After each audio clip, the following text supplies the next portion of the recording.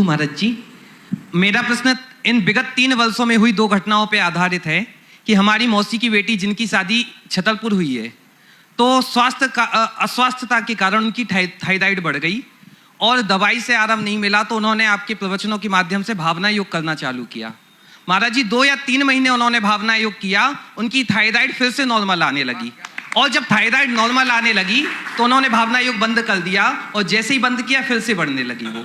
और दूसरी घटना यह है महाराज जी कि 3 साल से उनको मातृत्व सुख नहीं मिल पा रहा था। डॉक्टरों से इंदौर इत्यादि सब जगह डॉक्टरों के पास गई, वो रिपोर्ट सारी नॉर्मल आई लेकिन बीमारी पकड़ में नहीं आ रही थी। 1 साल से महाराज जी उन्होंने नियमित तौर से भावना योग करना चालू किया और पूरे तन मन धन से भावना योग किया, जिसका परिणाम आज यह निकला कि उनको मातृत्व सुख की प्राप्ति हो गई, जिसे डॉक्टर भी एक चमत्कार कह रहे हैं। तो महाराज जी मैं यह जानना चाहता हूं कि भावना योग हमारे जीवन में और किन किन श्रेष्ठताओं को प्राप्त करा सकता है। देखिए, बहुत अच्छी बात है और आज आपने अपनी बात शेयर की। बहुत बेहतर होगा कि कभी आपकी बहन जी आकर के खुद इस मंच से शेयर करे तो उसकी प्रामाणिकता और बढ़ जाएगी। जी महाराज जी। मैं हमेशा कहता हूँ भावना योग एक अभिनव प्रयोग है। तन को स्वस्थ, मन को मस्त और अपनी चेतना को पवित्र बनाने का अभिनव प्रयोग है भावना योग। जो लोग नियमित भावना योग कर रहे हैं उनके जीवन में चमत्कारिक प्रभाव घट रहा है, क्योंकि ये विज्ञान पर आधारित प्रयोग है। आज विज्ञान इसे स्वीकारता है और हमारे शास्त्रों की ये बड़ी पुरानी साधना है। हजारों वर्षों से हमने यही साधना की है।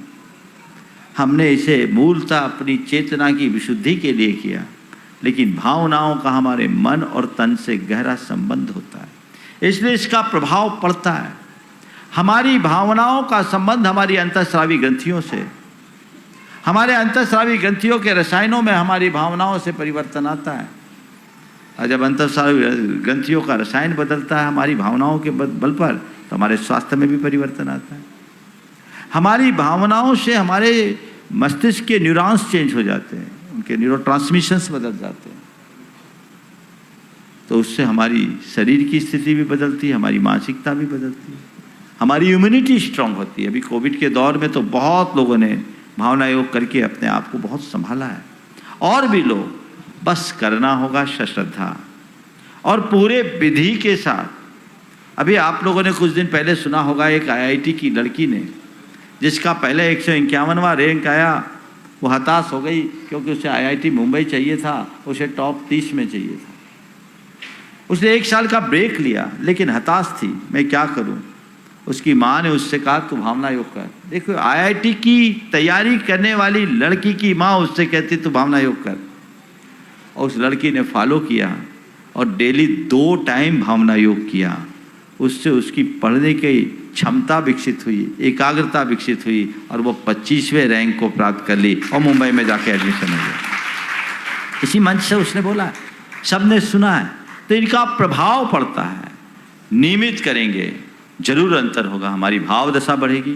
डिप्रेशन, एंजाइटी जैसी बीमारियों के शिकार लोग तो बहुत आराम से उससे बाहर आए।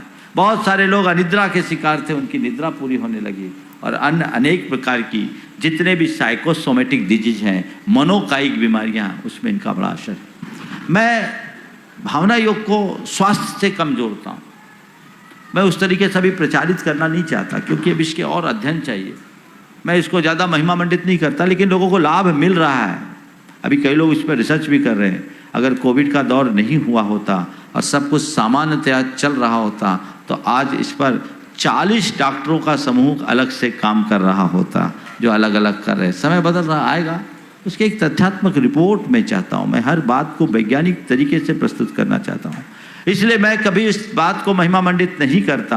पर ये बात सत्य है, इसका असर होगा। और तन का हो या ना हो, मन और चेतन में तो कोई संशय है ही नहीं। और मन स्वस्थ होगा, चेतना विशुद्ध होगी, तो तन के स्वास्थ्य में भी कोई संशय नहीं है। आपने जो उदाहरण प्रस्तुत किया है बहुत अच्छा है, और लोगों को भी इससे प्रेरणा लेनी चाहिए। महाराज जी और किन किन श्रेष्ठताओं को प्राप्त कर सकते हैं? हम तो बोल रहे हैं इससे तो परमात्मा बन सकते हो, इससे श्रेष्ठता और क्या कर सकते हैं। जो करना चाहो सब करो।